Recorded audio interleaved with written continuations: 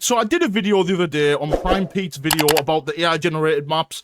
Got a bit of backlash. So did his video because it wasn't in enough depth. I've watched his most recent one that he's basically covered it, and people are just kind of stupid for commenting the way they have on it. Anyway, I'm going to show you this straight away. We're just going to go dive into it, and I'm going to give you my take and my spin on it about the AI generated maps in Black Ops 6. So, without further ado, here is Prime Pete's section. I'll let you see what you think.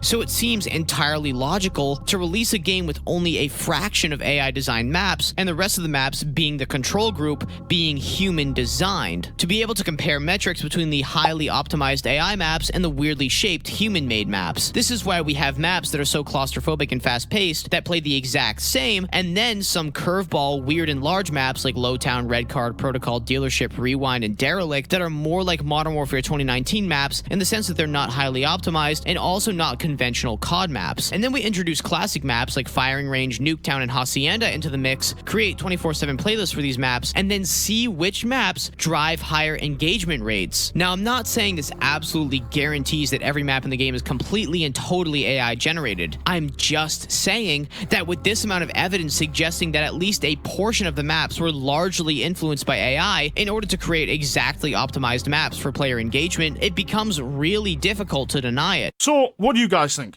Here's my take. Get ready. The spin take of myself.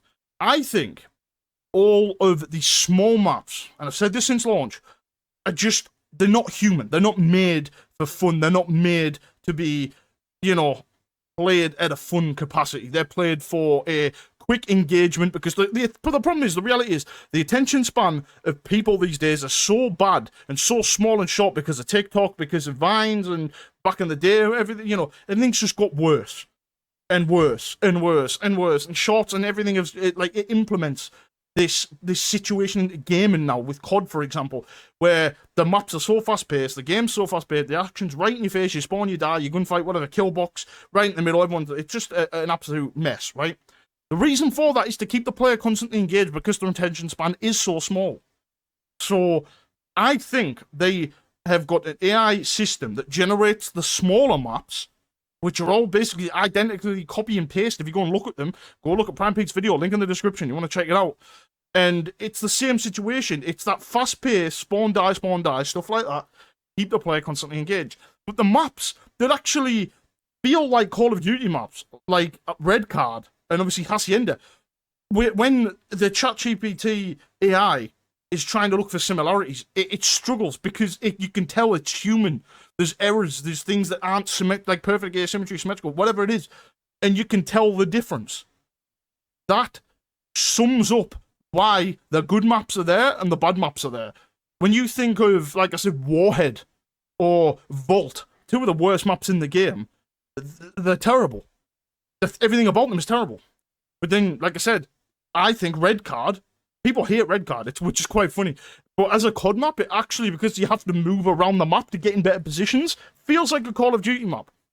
I'm not spawning in insta-dying.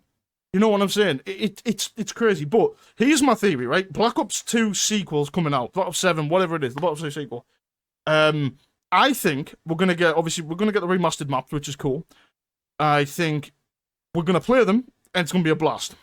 Unless it's got the wall running stuff and the maps are exactly the same, I think it's going to be kind of weird and nuts. But if it's a bit more futuristic and the maps are about, that'll be cool.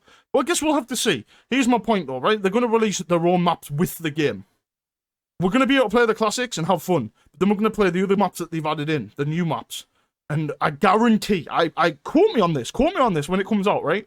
I guarantee their own maps that they release, I'm going to say 80% to 90% of the maps they release are just small fuckfest maps. That is it. I'm telling you now, I promise you, I think that's what it is. They're going to release small maps just like they have in this game that are just quick engagement, because that's the way that they think now, and they will be AI generated. That's my belief, that's my take, and that's what I think the current situation is with AI and what it's going to be like going forward. Because we know that they're not afraid to use AI in the slightest, with obviously the graphics, the emblems, the logos, things like this, the 5 fingers, the mouse cursor. We've covered all this, and we all know they ain't afraid to use some AI with their bullshit. So that's where I'm standing on it. And let me know in the comments as well. I always like to have a conversation with people. Let me know in the comments what you guys think of this. Do you think that AI generated? Do you think it's more, well, maybe it's, like one of them, you're not sure? Or is it like, nah, bro, I love this game. It's awesome. It's the best COD ever made. The franchise is the best it's ever been. I'm so wrecked right now. Is it one of them? Let me know. I think you're a bit stupid if you think that, but let me know in the comments. And, we'll go from there. But thank you so much for tuning in. I'm going to wrap it up here. Don't forget to drop a sub if you're new. As always, it helps out a ton. And also, drop that like if you enjoyed the video. And I will catch you in the next one.